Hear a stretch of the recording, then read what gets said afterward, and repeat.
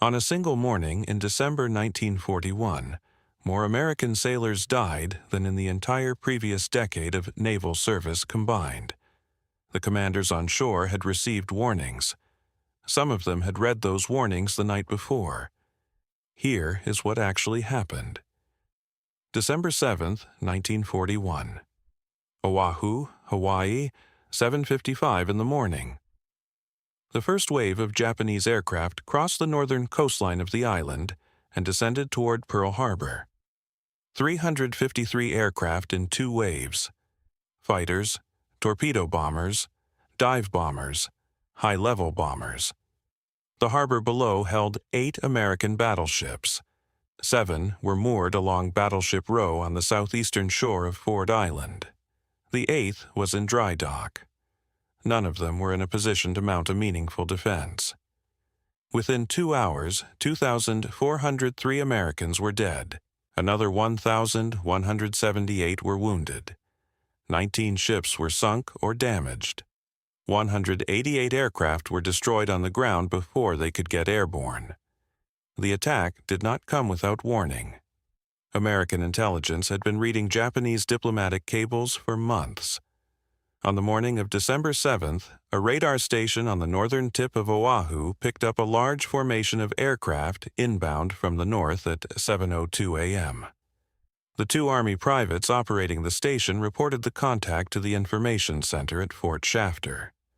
The duty officer told them not to worry. He assumed the contact was a flight of American B-17s expected from the mainland. He told them to go to breakfast. The radar operators shut down the station and did exactly that. Down in the harbor, the battleship USS Arizona took an armor-piercing bomb through her forward deck at 8:06 a.m. The bomb penetrated to the forward ammunition magazine. Approximately 1 million pounds of gunpowder ignited in a single instant.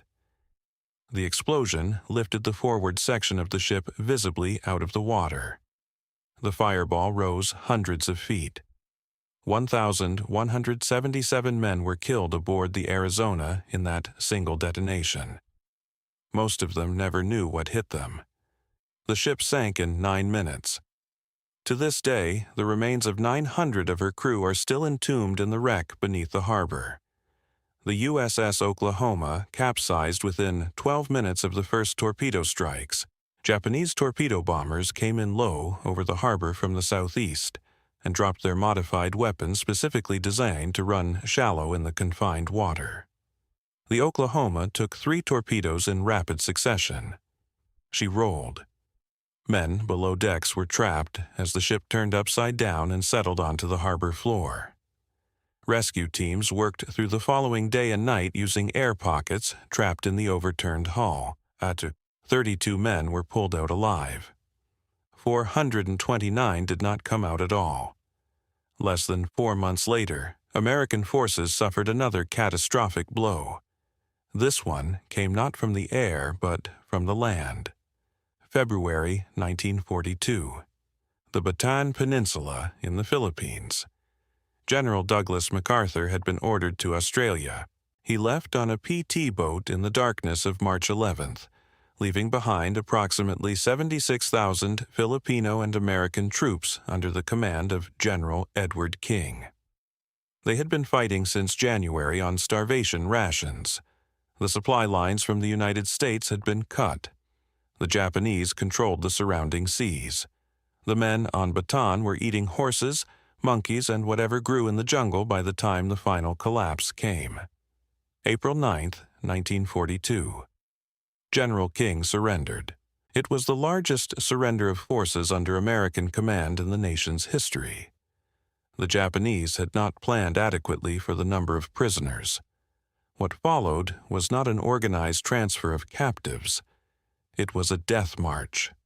Approximately 76,000 men were forced to walk 65 miles north to Camp O'Donnell in the April heat of the Philippine summer. They marched without adequate food, without water, without medical care.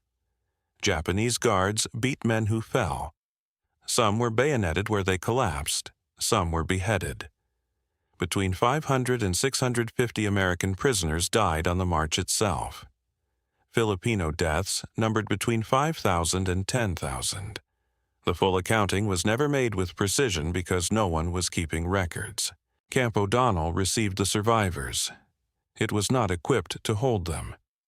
It had been designed for a fraction of the number now arriving.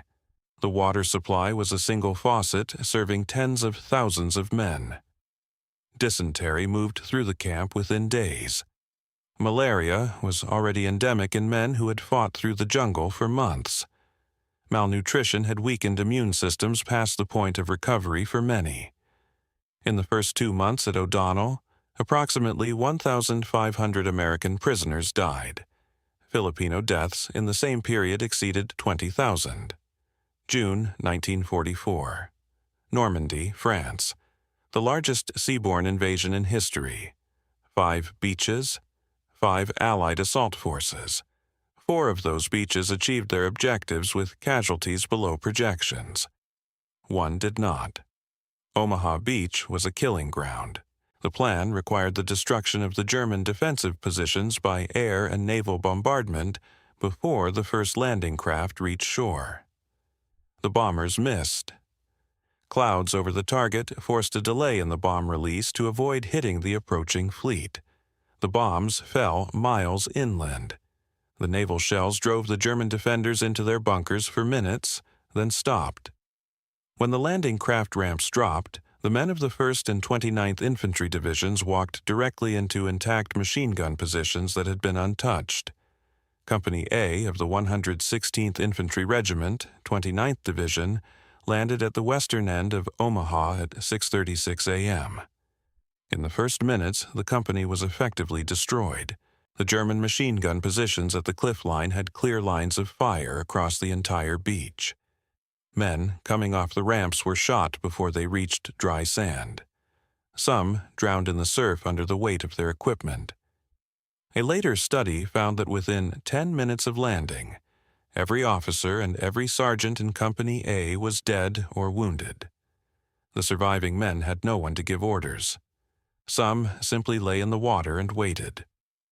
By the end of June 6th, American casualties at Omaha Beach alone were estimated between 2,000 and 4,000 men killed, wounded, or missing.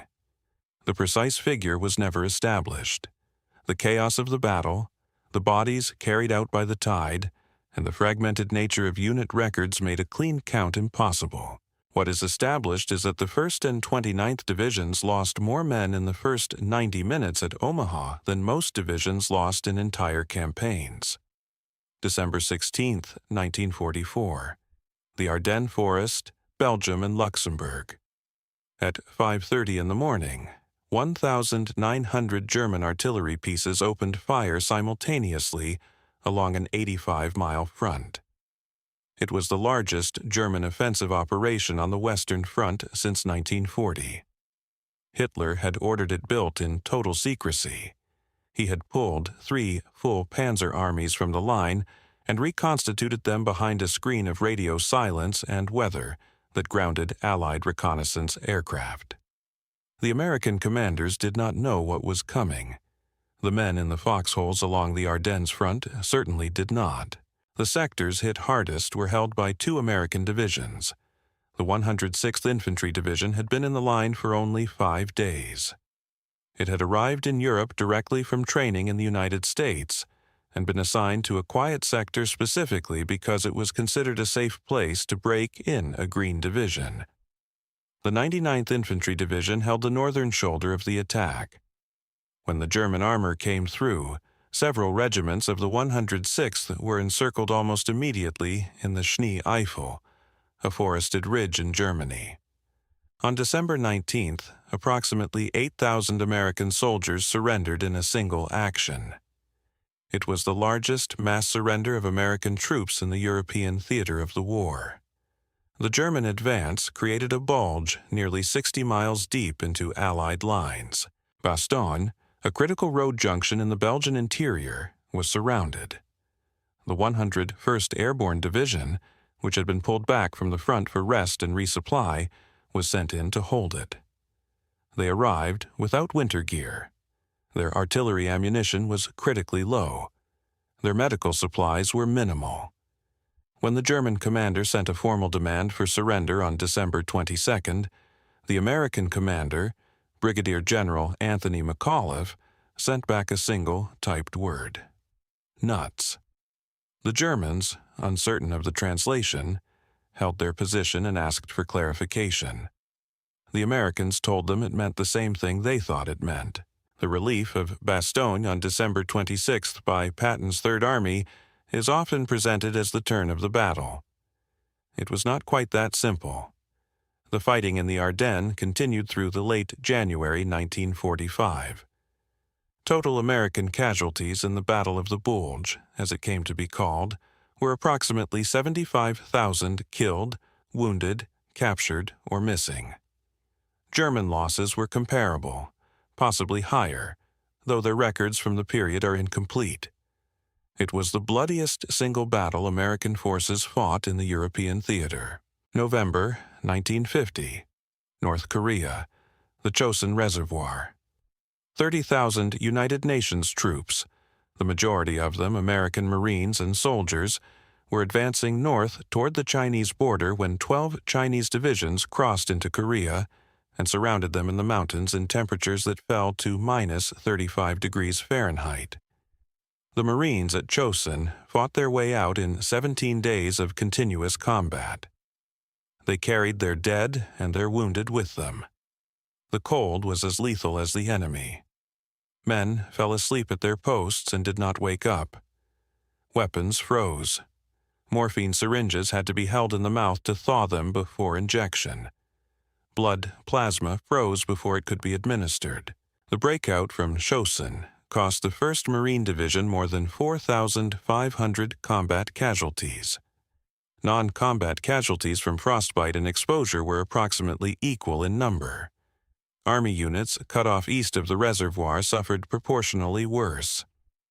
Task Force Faith, a composite Army unit of roughly 3,000 men, was effectively destroyed in place before the Marine breakout began. Approximately 1,000 survivors of Task Force Faith reached Marine lines. Most were wounded. Most had frostbite. The Chinese had expected to annihilate the entire force at the reservoir.